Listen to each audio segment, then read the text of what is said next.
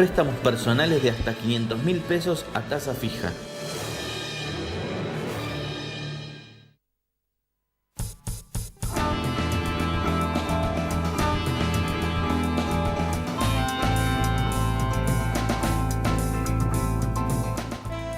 Hola, ¿cómo están? Muy buenas noches, bienvenidos a Economía 4D en días definitivos en muchos aspectos vinculados con la política y con mucha información económica también. ¿Cómo está, Gustavo? Buenas noches. ¿Cómo te va, Agustín? Bueno, la verdad que el hashtag del día de hoy, ¿puedo decir quién es la fuente del hashtag? ¿Que sos vos? Nos vamos a la M, lo dijo un tal Melconian, nos vamos a la M. Ahora voy a explicar por Después qué. Vamos a explicar por qué, ¿no? Pero jornadas del IAEF, Instituto Argentino de Ejecutivos en Finanzas, donde muchos funcionarios del gobierno pasaron, otros economistas de consultoras, Melconian ahora fuera del gobierno, en un momento deslizó una frase que dijo: si seguimos así, nos vamos a la mierda. Literal frase de Carlos Melconian. En un ratito te voy a explicar a qué se refería, cuál es la visión de Carlos Melconian sobre esto y cuál es la visión nuestra sobre el mismo tema, ¿no?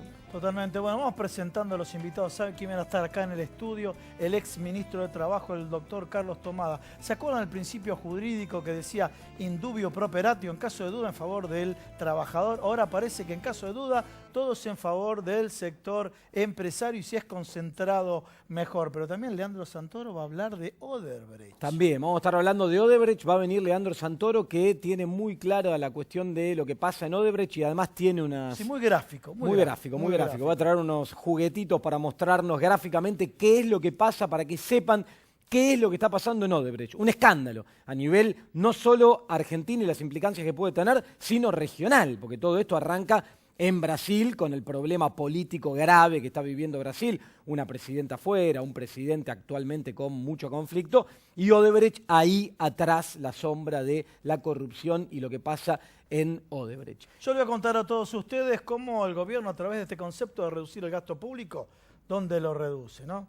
Los medicamentos para los jubilados, los medicamentos para los más pobres, el plan Remediar y todo lo que está pasando con el PAMI. Bueno, y tenemos una mesa sindical, le podemos decir. Sí, totalmente. Bueno, el tema Hugo Cachor Godoy va a estar con nosotros, Silvia Almazán, y van a hacer un paro, sí, ATE hace un paro para el día 14 de junio, nos va a contar un poco qué es lo que está pasando con todos los trabajadores del Estado. Y ahora sí, vamos a un corte y vamos a escuchar la editorial económica acá de mi compañero Agustín Datelis.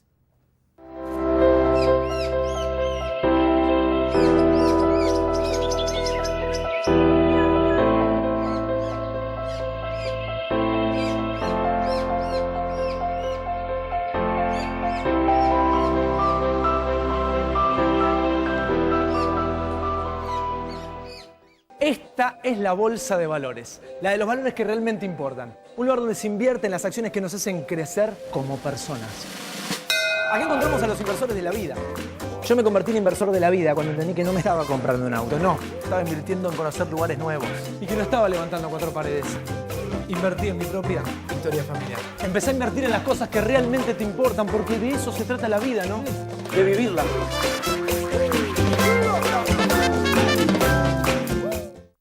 Atilra, Trabajadores Lecheros de Argentina, promueve la educación, la salud, la cultura y el deporte. Atilra, 70 años, alimentando los sueños argentinos.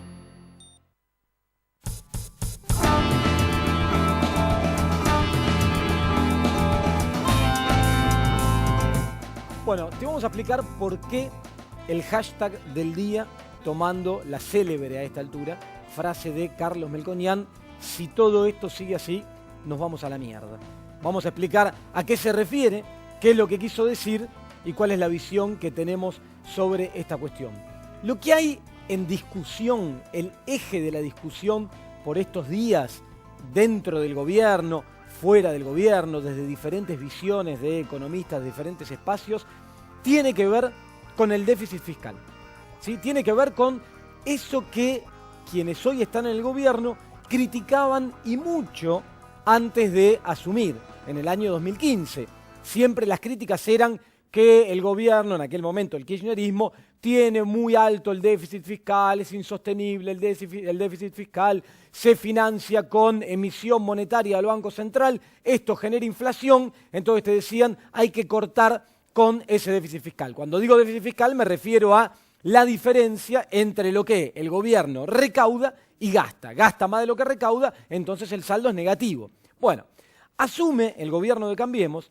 ¿Y qué es lo que ocurrió con el déficit fiscal? Que tanto se criticaba, que se ponía en el foco, que hay que corregirlo, que hay que ir a un equilibrio en las cuentas públicas. Se agrandó. Muchísimo. El déficit fiscal, si tomamos el último dato que hay, que es el de abril de este año, y lo comparamos con el de abril del año pasado, aumentó un 71%. Datos oficiales del Ministerio de Hacienda. Un 71%. Ahora uno analiza adentro y dice, ¿por qué aumentó un 71% el déficit fiscal, que tanto los preocupaba? Bueno, ahí tenés que mirar dos cosas, por el lado del gasto, por el lado de los ingresos. ¿Qué es lo que está ocurriendo? Del lado del gasto no hay mucha chance, por más que algunos economistas ultraortodoxos o por más que economistas del propio gobierno quisieran recortar más fuertemente el gasto público. ¿Por qué no hay más margen? Porque el gasto público, cuando vos lo desglosás, mayormente tiene que ver con la cuestión de la seguridad social, las jubilaciones, tiene que ver con las partidas de salud, con las partidas de educación. Entonces, en un contexto como el que estamos, ¿cómo vas a hacer para recortar el gasto público? Ahora, ¿por qué creció el déficit fiscal? Porque el gasto se sostiene, no aumenta, se mantiene, pero le pegaron a la recaudación. ¿Qué es lo que ocurrió? El gobierno asume y elige tomar una serie de medidas de política económica.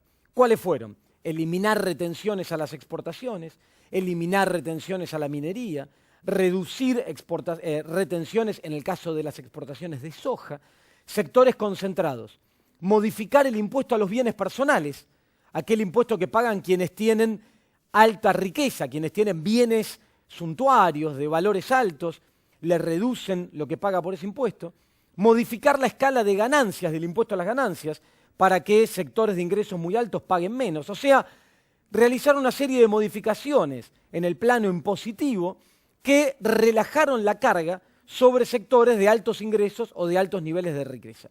Eso implica menos recaudación para el Tesoro Nacional, porque le recortás el cobro de impuestos.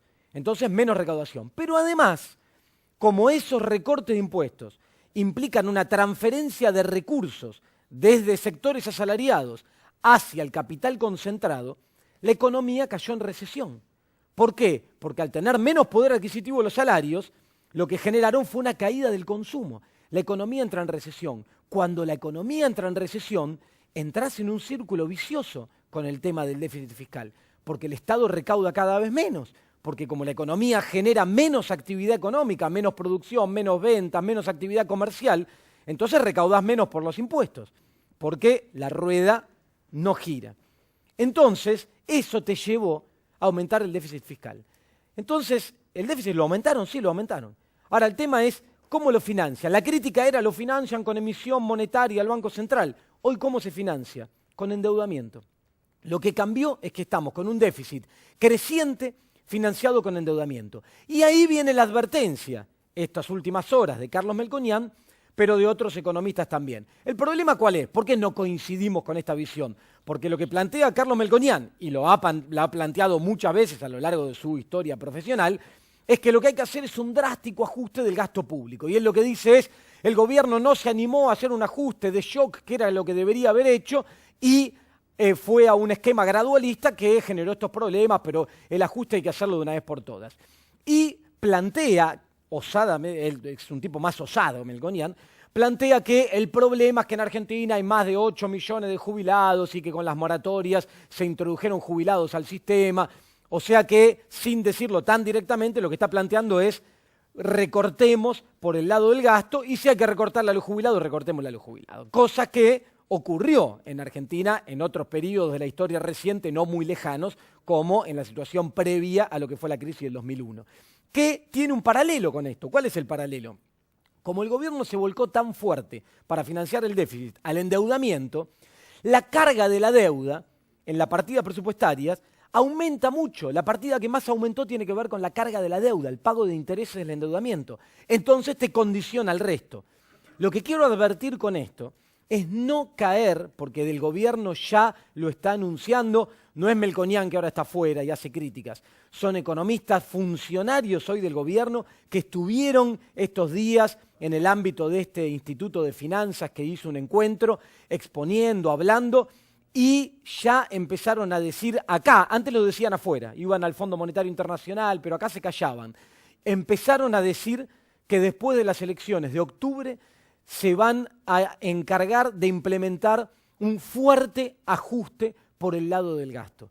Lo que quiero plantear con esto es, a ver, muchachos, ¿el déficit fiscal creciente al ritmo al cual lo están haciendo crecer es insostenible? Sí, es insostenible. ¿Financiarlo con deuda es insostenible a lo largo del tiempo? Claro que lo es. Ahora, planteémonos cómo vamos a recomponer por el lado de los ingresos, si vamos a restablecer impuestos sobre sectores de altos ingresos que fueron beneficiados con estas políticas y no entremos en la discusión de qué partida del gasto vamos a recortar, porque sabemos cómo termina eso y cómo terminamos pagando todos, resignando bienestar, este endeudamiento al que nos están sometiendo y esta transferencia de recursos. Rápidamente quiero pasar a otro tema que tiene que ver con un dato que salió hoy, del cual todos están hablando y muchos funcionarios del gobierno celebran, que es el dato de inflación.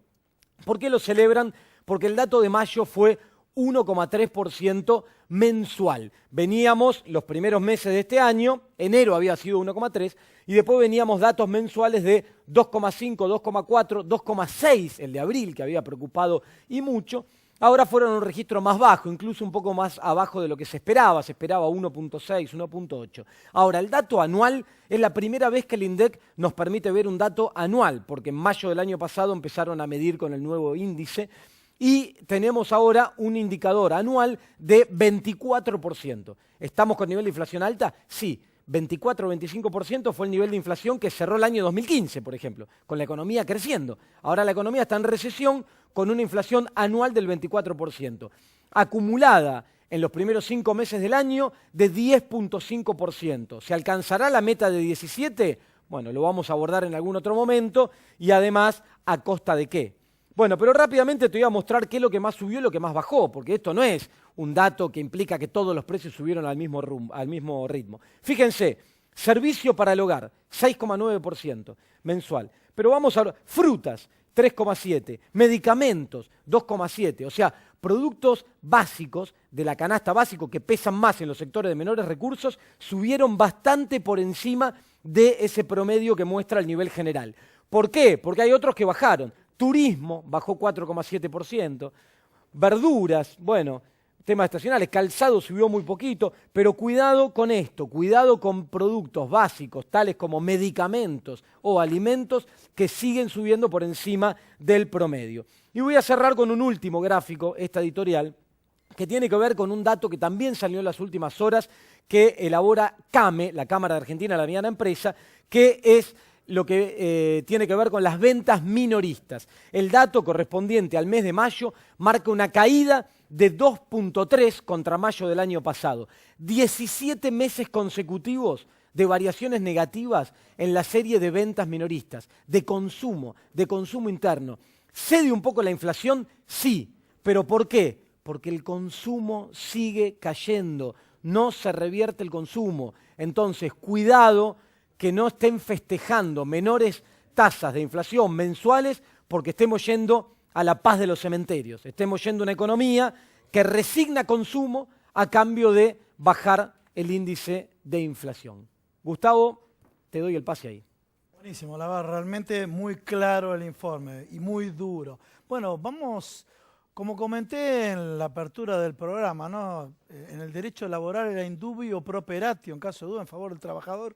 Parece que ahora el Ministerio de Trabajo, en caso de duda, en favor del sector empresario. Yo quiero preguntarle al doctor Carlos Tomada, que nos acompaña hoy acá, ¿cambió el paradigma?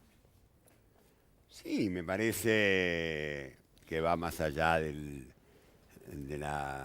Ministerio de Trabajo. Me parece que hay efectivamente un cambio de paradigma que se expresa por empezar, en la modificación en la distribución del ingreso, ¿no? Yo creo que aquello que se había logrado revertir después de la brutal caída y la tendencia que en general tenía a la distribución del ingreso a la baja, digamos, con relación al capital, en estos 12 años, desde 2003 al 2015, hubo una efectiva recuperación, pasó a ser la participación del ingreso, pasó a ser del 51,6%, y la novedad que nos encontramos es que en este año y medio tan pletórico de estos datos, donde la inflación, el descenso de la inflación se expresa por todas estas cosas que estamos viendo, también se expresa por una caída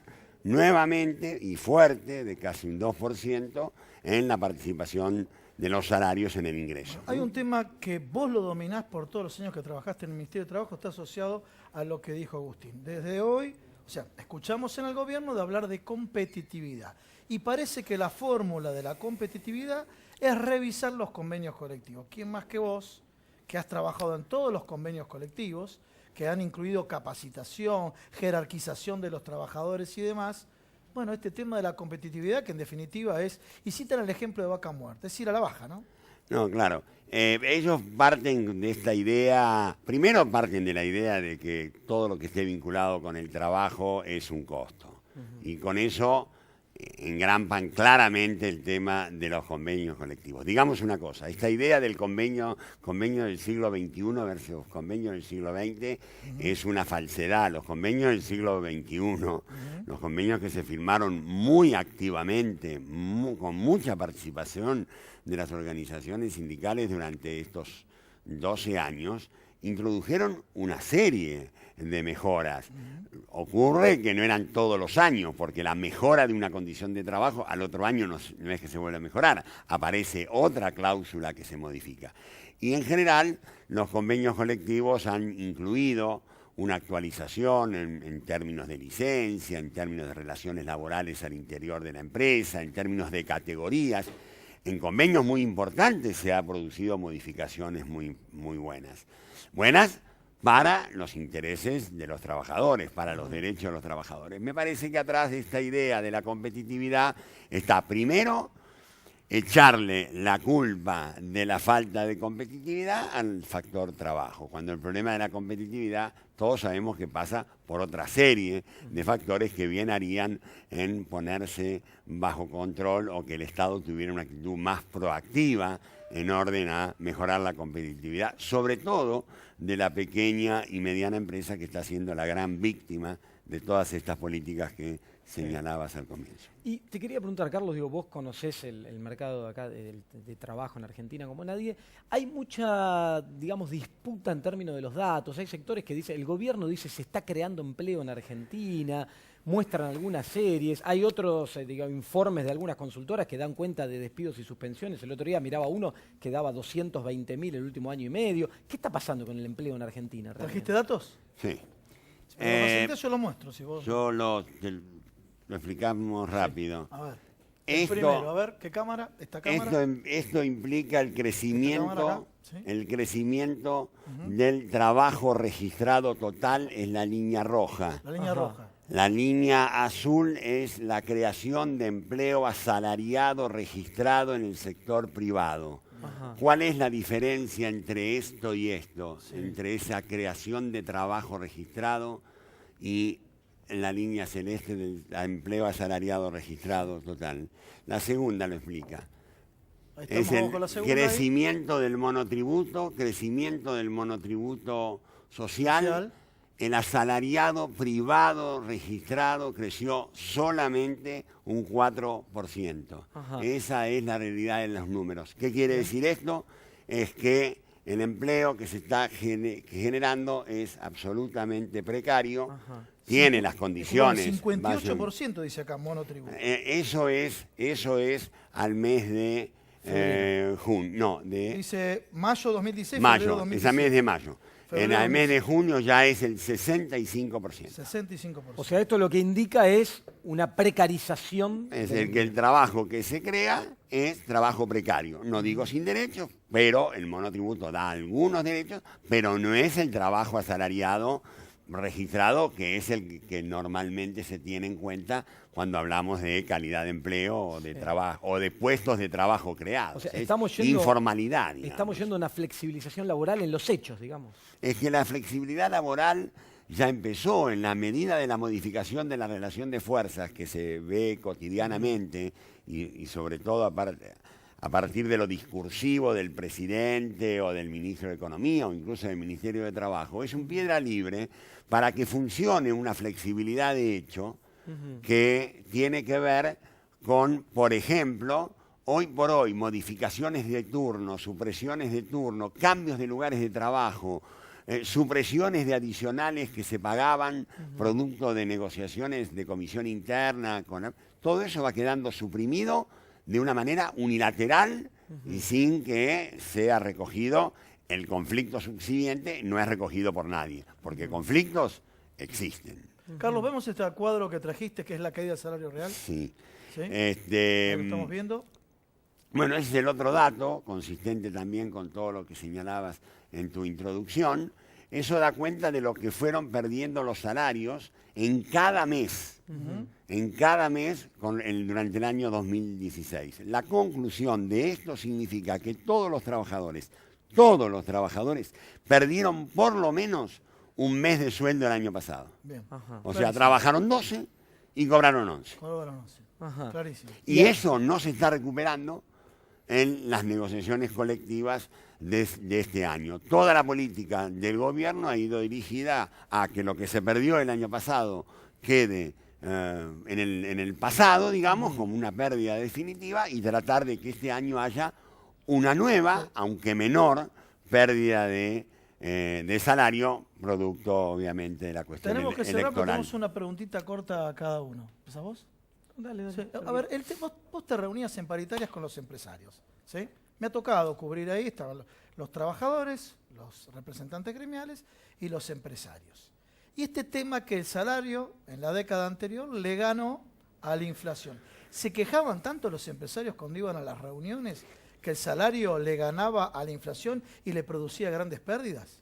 Mirá, quejarse, la parte empleadora se queja siempre en la medida que no, porque digamos, hay que entender que para el empresariado argentino la negociación colectiva en realidad es el second best, digamos, es la segunda alternativa. Ellos preferirían la etapa de salarios modificados por decreto de un gobierno propatronal o modificación unilateral de los salarios como alguna vez hubo en la Argentina. Lo que pasa que 12 años continuados de negociación colectiva realmente han modificado ciertos hábitos. Carlos, pero, si yo le doy este aumento no me cierran los números. Pero había, a ver, cambiaba también otra idea, ¿no? Que era la idea de, bueno, fortalezcamos la producción nacional y el mercado interno, que eso aceita la maquinaria, digamos, ¿no? Claro. Había otra, se partía de otra idea. Pero la patronal es la patronal, ¿no? ¿Crees que tiene margen el gobierno? Digo, yo creo, comparto lo que decías hace un rato, que tiene una matriz de pensamiento que interpreta que el salario es un costo y que tiene que bajarlo. Van por ese camino. ¿Crees que hay margen? Recién mostrabas la serie de caída en el poder adquisitivo de los salarios. Digo, ¿cómo sigue esto? Yo creo que hay una respuesta producto del piso alto que quedó en términos de conciencia colectiva, de protagonismo sindical y de movilidad y de movilización de los trabajadores. La prueba ha sido que el año 2016 ha sido han pretendido presentarlo como que no ha pasado nada, pero el nivel de confrontación y de, bueno, ahí lo vi a Cachorro Godoy, en ese sentido, él tiene bien para contar, pero también en el sector privado ha habido respuestas fundamentalmente sectoriales y creo que eso va a continuar ocurriendo, ¿no? Me parece que los dirigentes sindicales en ese sentido tienen claro que está en juego cuestiones que hacen más a la representación de demandas muy concretas. Carlos, para cerrar cortita, una te llevo a la política, digo, no me voy a meter con las internas y los conflictos que hay, pero ¿cómo ves el escenario de acá a octubre? ¿Ves un posicionamiento del gobierno, que esto le va a afectar? No, yo creo desde la perspectiva del gobierno, obviamente que sus errores, que no son errores, o sea, los que presentan como errores son objetivos buscados y deseados, va a tener incidencia y va a afectar sobre todo los daños, la innumerable cantidad de víctimas que han dejado estas políticas antipopulares, va a tener evidentemente un efecto electoral. Creo que de nuestra parte tendremos que hacer todos los esfuerzos para alcanzar un proceso unitario. En ese sentido yo soy optimista, creo que tanto en la ciudad de Buenos Aires como en la provincia marchamos hacia una unidad de todos los sectores que integran el Frente para la Victoria y sus alrededores. Muchas gracias, Vamos a Carlos. ver, falta poco. Gracias, Carlos. No, ustedes. Bueno, Dale, muy bien, vamos. vamos a un corte, dale.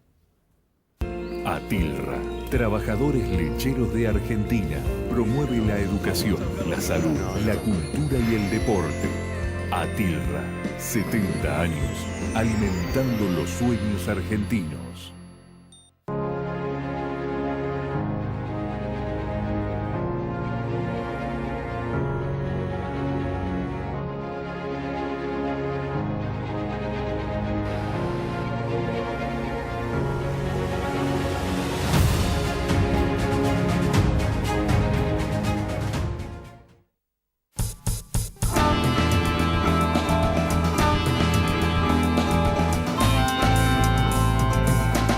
Parte del programa, les voy a contar a ustedes cómo nos siguen golpeando abajo, ¿no? Una canción de Charly García, pero nos siguen golpeando abajo, y en este caso a los más pobres y a los jubilados. ¿Y saben con qué?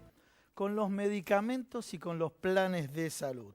El programa Remediar era un programa que buscaba la accesibilidad de la población al medicamento, y principalmente cuando ahora se habla de los asentamientos, de las villas y demás, si podemos ver la primera placa, cuando se habla de asentamientos, villas, ¿qué había? Una salita. Y en esa salita se entregaban botiquines. En esos botiquines se daban tratamientos. Bueno, fíjense, el programa Remediar permitía cubrir 1.700.000 personas por mes. Eran 74 medicamentos, lo digo así rápido, que cubría el 90% de las patologías básicas. Ahora, pasando, y esta es la placa, miren 2016 con 2015, 2017 no tenemos datos.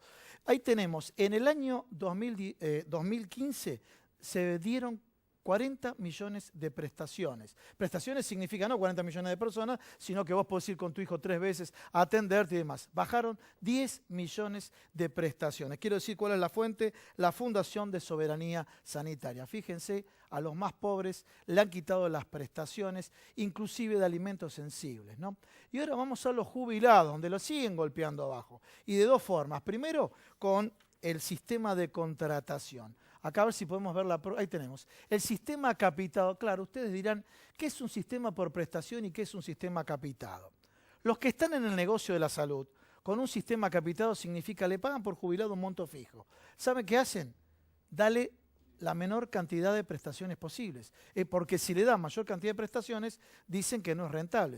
El sistema capitado se basa en la subprestación. ¿Y saben cómo es la subprestación en el día a día? Ahí la tienen escrita. Restringe los horarios de atención a los jubilados de PAMI. Si era de 9 a 18, de 9 a 14 horas.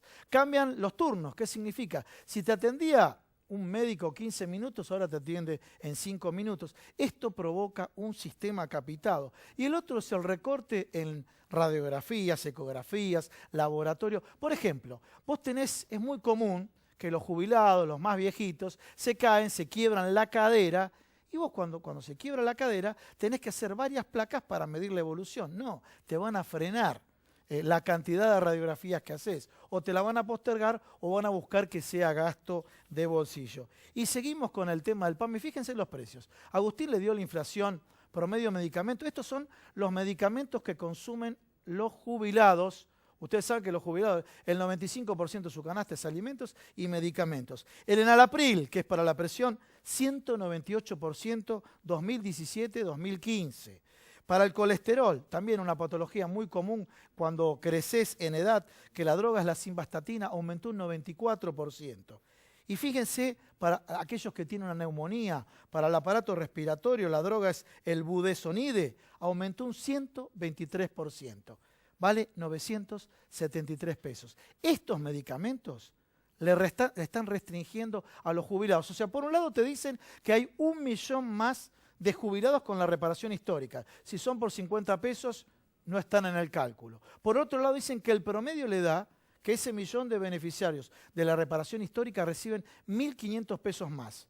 Obviamente no recuperó la inflación. Le están quitando lo que ven ahora, el salario de bolsillo. Y cuando digo salario de bolsillo, primero tenemos la placa de las restricciones, a ver si lo tenemos ahí, la pasamos rápidamente. Las restricciones son para los jubilados que tienen que perciben una jubilación menor 8.500 pesos, que tienen un vehículo de más de 10 años, realmente ridículo, ningún informe sanitario, no se basa en ningún dato, lo único que buscan es pisar el gasto de los jubilados, receta del Fondo Monetario Internacional. Inmuebles, o sea, si tiene 2 inmuebles, no percibe este beneficio. Ver un jubilado que ahorró toda su vida y tiene 2 departamentos chicos, uno para cubrir una renta y tratar de vivir mejor, ese no percibe el beneficio.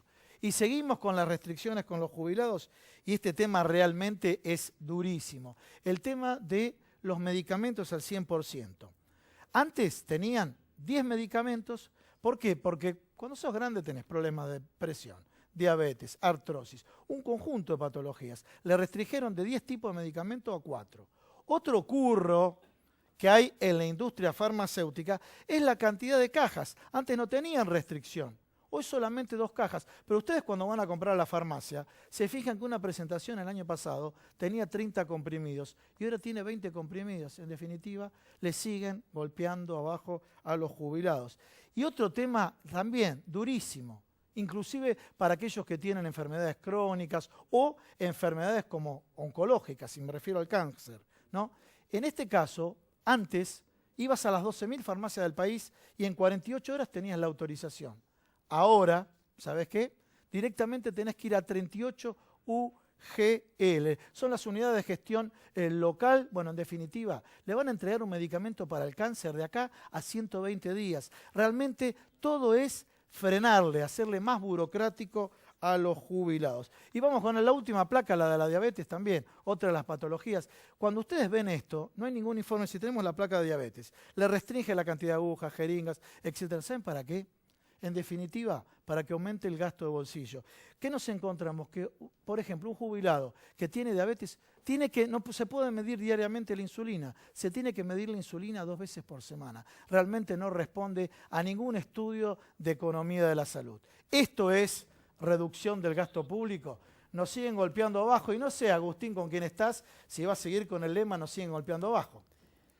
Acá estoy, Gustavo. Mirá, sí, nos siguen golpeando abajo. Entonces, vamos a tocar un caso que es terrible, que hay que seguirlo de cerca, que es difícil de entender, pero que hay alguien que encontró una forma de explicarlo espectacular. Espectacular porque se trajo todos los juguetes, todo, y te lo va a hacer bien gráfico. Estoy con Leandro Santoro. ¿Qué tal, Leandro? ¿Cómo andas? ¿Cómo anda, amigo? ¿Todo bien? Bien, acá andamos. Bueno, todos lo conocen a Leandro ya. Hoy nos va a explicar qué es lo que pasa con el tema de Odebrecht. ¿Te suena? Odebrecht.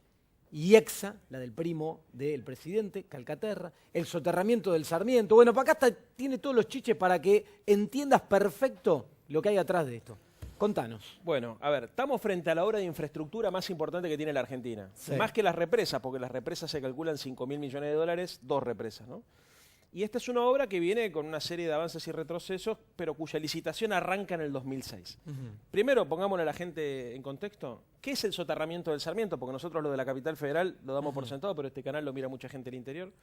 Es hacer del tren Sarmiento un subte, meterlo por abajo de la tierra, mientras por arriba se sigue moviendo la vida, digamos, ¿no? Muy bien, es una obra que estuvo evaluada en aproximadamente 2.000 millones de dólares. Al principio esa era la evaluación. 22 metros de profundidad, 32 kilómetros de largo, eso es el soterramiento del ferrocarril Sarmiento. Primer dato. A ver, acá está trayendo todo, Primer dato. Todas las novedades. IEXA. Epa. Esta es la constructora de la familia del presidente de la Nación. Ahí está el Ese presidente. es Mauricio Macri, a ver si lo podemos ver más Si cerca. le mostrás la carita ahí a ver si Mauricio. lo podemos ver más cerca.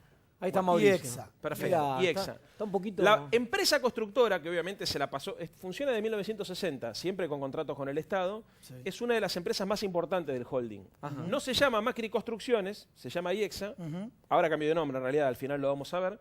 Pero la verdad es que es la empresa constructora de él. ¿Qué es lo que hace Macri? Se asocia con otra empresa, que Sí. es la famosísima empresa Odebrecht, La del despelote en Brasil. la del despelote en Brasil. De Brasil y en el Exactamente. mundo. Y en el mundo. Dato clave, muchachos. A ver. ¿Cuándo se arma la sociedad? ¿Cuándo? En el año 2006. Bien. ¿Por qué es clave? Sí. Porque estaba al frente Macri de la empresa. ¿Está? En los papeles.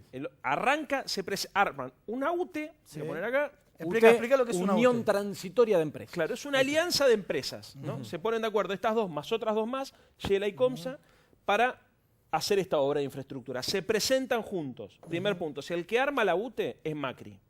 Ahora, Y en si el hay año una obra de 2.000 palitos, 2000 vamos. claro, vamos.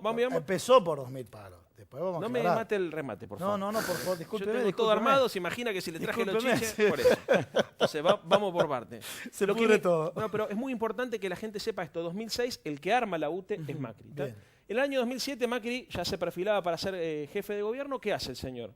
Una avivada, hace que le vende la empresa a su primo hermano, Bien.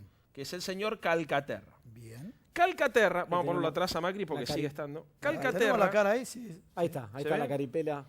muy bien. El señor Calcaterra es el hijo de Pía Macri, la hermana de Franco. Sí, me asusté. Bueno, O sea, su mamá espía Macri. Hijo de- exactamente. Lo que hacen es fragúan la venta en realidad, porque la verdad no hay forma comprobada de que haya podido pagar lo que esa empresa valía. De hecho, hay investigaciones que dice que IEXA primero compra las empresas de Ángelo, que era como el primo pobre, y después Ángelo con documentos y pagaré terminan comprando. Bueno. Pero ¿por qué es importante este dato 2007? En el 2007 efectivamente Macri gana, y para que se den una idea, esta empresa es la que se ocupa del entubamiento del arroyo Maldonado. También es una obra faraónica que se hizo en el 2007, que arranca en el 2007, que legisladores nuestros como Milciades Peña, por ejemplo, lo denunció en la justicia, digamos, por los sobreprecios, por la cantidad. Bueno, a ver, Macri iba a ser jefe de gobierno, no podía tener la empresa constructora a su nombre, motivo por el cual se la pasa a su primo. Lo llama al primo y dice, te doy. Y te doy, claro, te doy esta exactamente. empresita. Y Y ese es unas otro cuantas proyecto. obras, sí. El entubamiento del arroyo Maldonado, en realidad fueron los canales aliviadores del arroyo Maldonado. Muy bien.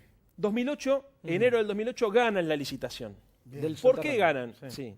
¿Por qué ganan esta licitación? Porque se comprometen las 4 empresas de la UTE, estas dos las más importantes, a conseguir el financiamiento internacional. Bien. O sea, el Estado argentino no ponía un peso, muchachos.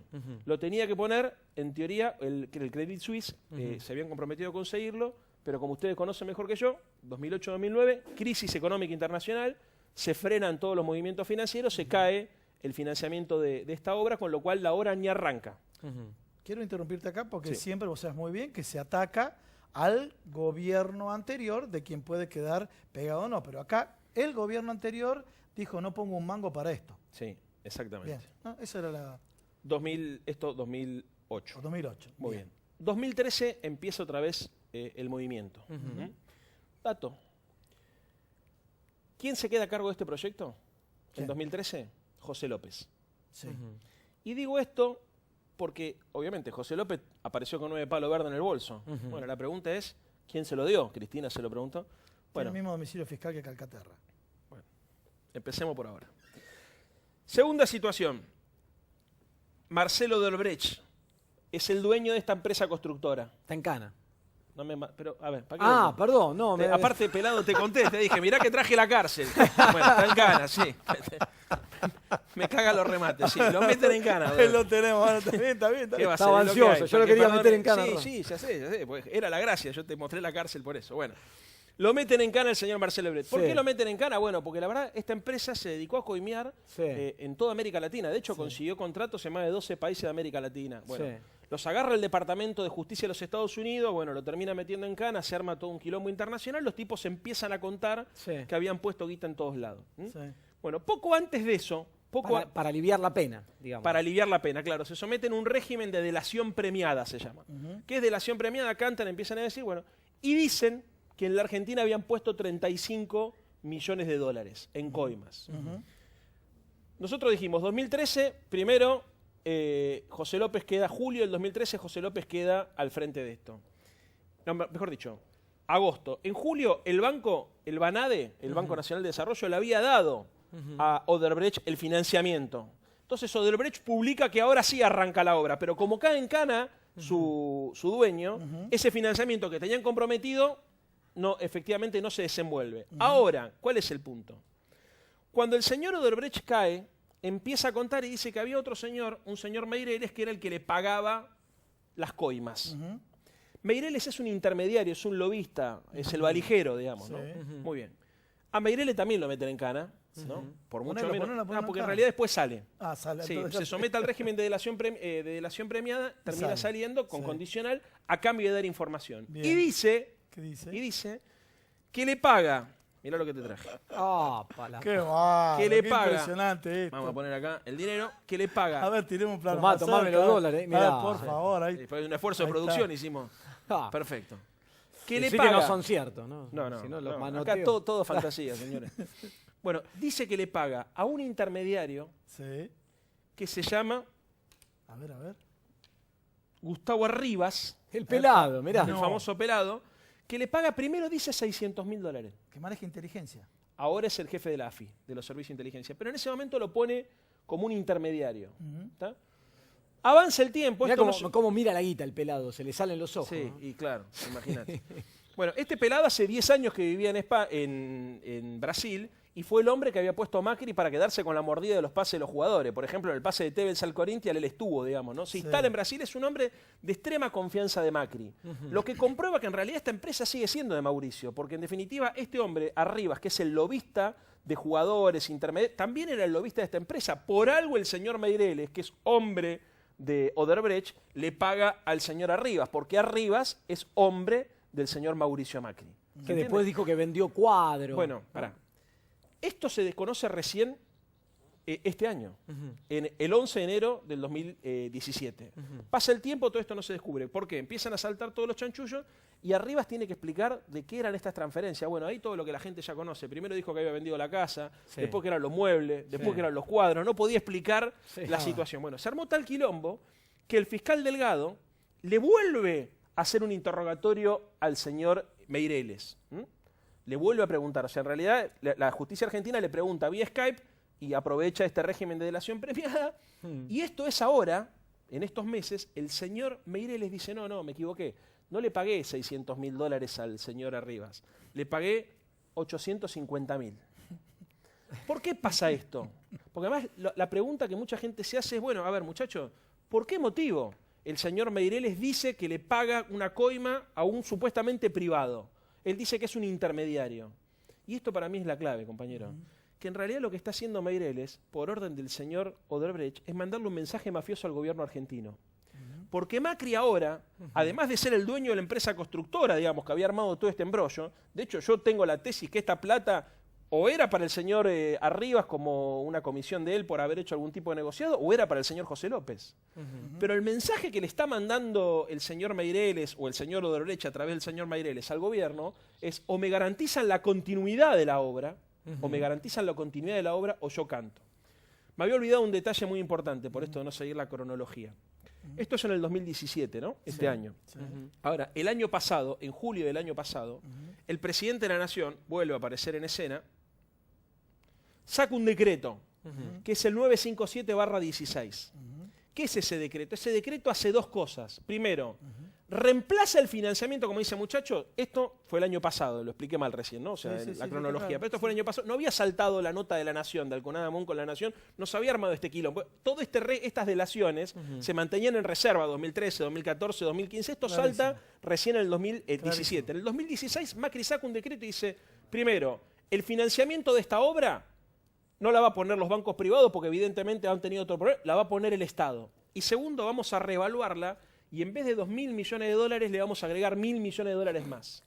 Entonces, a ver, ¿qué es lo que está pasando acá? Con el decreto 957/16 el gobierno cambia el financiamiento y además revalúa la obra y agrega los 1.000 palos más que había pedido en su momento Odebrecht en el año 2013.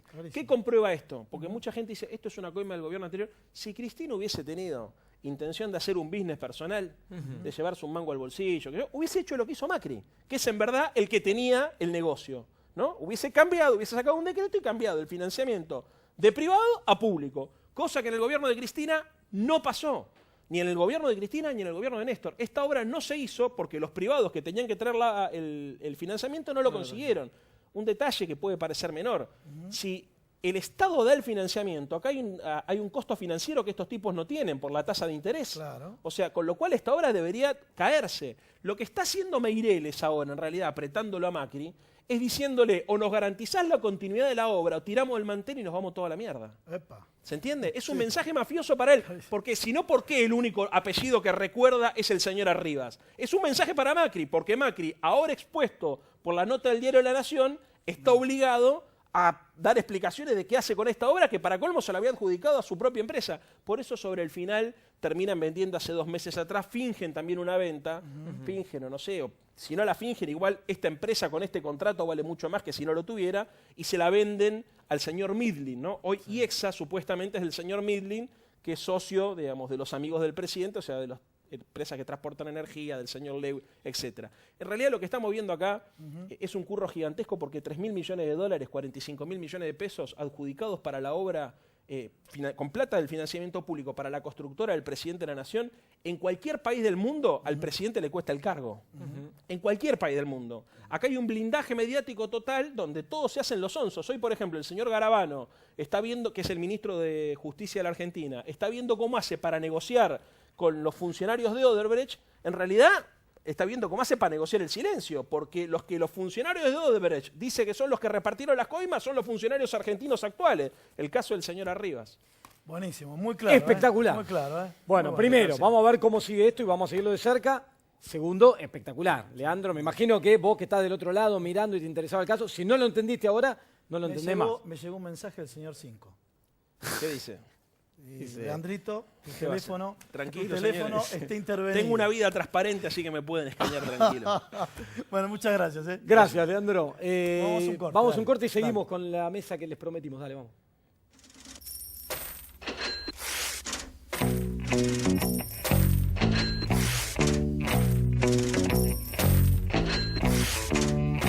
Atilra, Trabajadores Lecheros de Argentina, promueve la educación, la salud, la cultura y el deporte. Atilra, 70 años, alimentando los sueños argentinos.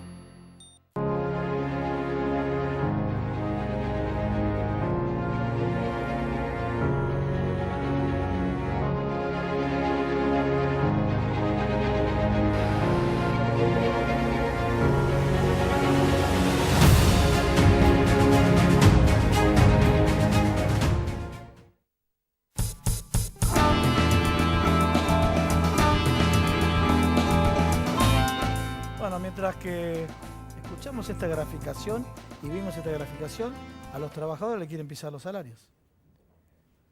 Salarios y la vida nos quieren pisar porque no solamente nos bajan los salarios, nos quieren modificar los convenios colectivos a la baja, con la amenaza inclusive hasta de no desarrollar obras e inversiones del Estado si no se aceptan determinadas condiciones del convenio colectivo, como nos está pasando en yacimientos carboníferos de Río Turbio.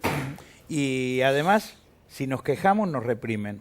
Nos metieron 2 compañeros presos, el secretario general y el adjunto, hace pocos días en Río Negro, por ir a denunciar el mega endeudamiento que el gobernador de esa provincia,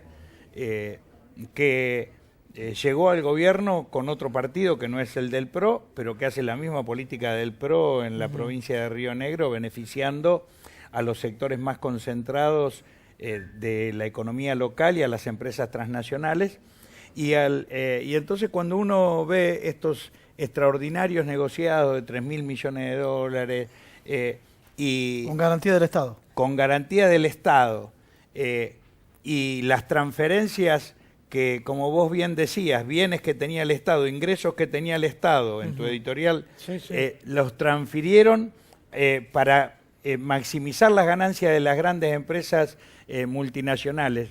20.000 millones de dólares en un año, solamente con 3 o 4 medidas del Estado, fondos que estaban al servicio de los bienes del conjunto de la comunidad se transfirieron a las empresas exportadoras, a las mineras, y nos quieren dar un aumento de menor del 20% en una realidad económica que este año va a ser del 25% por lo menos de inflación, y cuando ya tuvimos una pérdida de alrededor del 13%, en nuestro caso los estatales, el año pasado, bueno, evidentemente lo que hay es una deliberada y perversa política económica que nos quiere sacar la plata de los bolsillos a los trabajadores, transferirla a los sectores más concentrados de la economía, y si nos quejamos, palos que se hacen a través de jueces adictos, ¿no? Y aparte hay un intento fuerte de estigmatización, tanto de los empleados públicos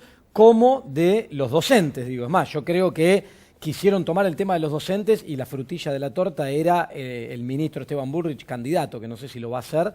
Está muy bajo las encuestas, Bullrich, sí, está y muy utilizar bajo, el tema de los docentes como caso testigo, pero los docentes se resistieron. ¿Qué está pasando ahí? No, por un lado yo veía en el editorial, digamos, cómo ustedes mostraban cómo decae el consumo, ¿no? Por un lado, y esto cómo modifica las variables que el gobierno puede presentar en relación a la inflación.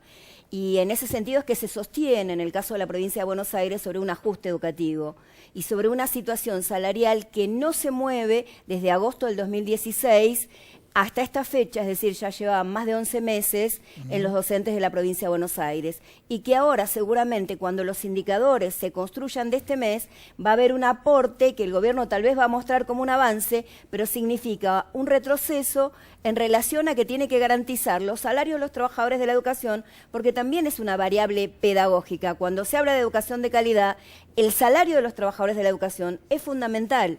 Entonces, este mes, como el mes anterior, lo que venimos sufriendo los docentes en la provincia de Buenos Aires son lo que denominamos descuentos salvajes, es decir, descuentos que están incidiendo en los magros salarios que ya se perciben. Es decir, descuentos que es una decisión política del gobierno de ahorrar, no aumentando, pero ahora el otro ahorro es a costa de los descuentos de los salarios de los trabajadores de la educación.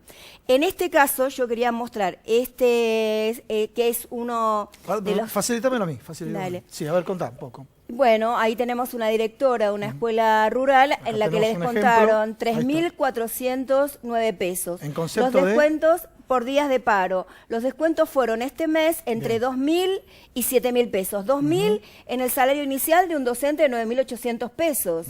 Entonces, esto significa que nosotros mes a mes estamos reduciendo nuestro consumo, pero uno que es fundamental en relación a educación pública de calidad, que es el consumo cultural.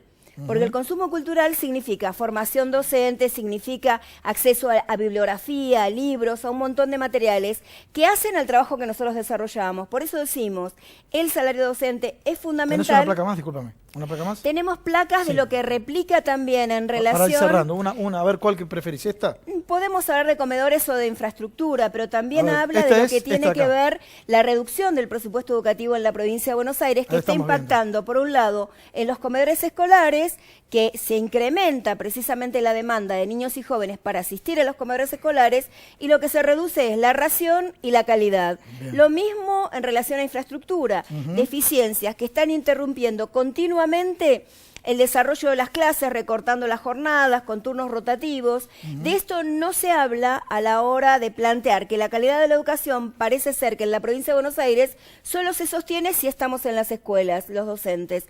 Cuando salimos a hacer medidas de fuerza para plantear que esta realidad se tiene que modificar y se tiene que garantizar con presupuesto, en realidad lo que se intenta mostrar es la inflexibilidad de los trabajadores de la educación. Por eso nosotros el lunes, que hay una convocatoria a paritarias, vamos con un posicionamiento firme. Si no hay devolución de los días descontados de paro, por un lado, si no está ese compromiso explícito del gobierno de la provincia de Buenos Aires, no hay acuerdo, vamos a avanzar y retomar con medidas de fuerza. Esto es un acuerdo de los 6 gremios docentes de la provincia de Buenos Aires. Cuando hablamos de medidas de fuerza, tienen un paro el día 14 ustedes. Así es, los trabajadores estatales nucleados en ATE, vamos a un paro nacional el 14 de junio. Y esto se da en el marco de una jornada nacional de lucha de la CTA autónoma y otros gremios que no son parte de la CTA, como es el caso de APOS, el personal del sistema previsional, el caso del sindicato de prensa, el caso de otras organizaciones sociales, CETEP, CCC, también van a participar porque vamos a ir marchando al Congreso de la Nación para reclamar el cese del procesamiento de los luchadores populares, presentar un proyecto de ley para que se termine con los más de 5.000 procesados que hay en el país por reclamar derechos y además para reclamar al gobierno nacional que el salario mínimo vital y móvil no sea inferior de 14.500 pesos. La decisión, que es la línea de la pobreza, claramente. Porque es la línea de la pobreza que reconoce el propio INDEC, porque tiene que ver con la necesidad de un salario mínimo establecido en 24.000 pesos para cubrir las necesidades básicas de una familia tipo de 2 mayores y 2 niños. El salario mínimo se rige sobre el ingreso de un trabajador sin carga familiar, por eso decimos 14.500 pesos, y esta medida de fuerza va a estar acompañada por nuevas medidas de acción. Una de ellas va a ser una marcha el día en que sesiona el Consejo Nacional del Salario, el 27 de junio, que es el Día del Trabajador Estatal, en el que vamos a reiterar nuestro reclamo porque también se reconozca a los trabajadores de los estados municipales y de los estados provinciales el derecho al salario mínimo vital y móvil que hoy no se les reconoce. Y además para que el gobierno cese en el ataque, en el cierre de programas que está haciendo de políticas públicas esenciales como es la prevención en salud, la emergencia sanitaria, que hoy está produciendo que más de 800 trabajadores en el Ministerio de Salud no perciban su salario desde hace más de 3 meses. Wow. Bueno, impresionante. Arde la conflictividad. Muchísimas gracias, Amos, en este contexto. Gracias a los dos por haber estado acá. Quédate ahí del otro lado que viene Cinema 23 con la nueva diva de la televisión argentina. Quédate ahí porque hoy está... Quédate, no te vayas. Nació una pareja, me parece acá nació una pareja, señores. Ya haceme caso, quédate ahí. Nos vemos la semana que viene. Chau. Chau, chau.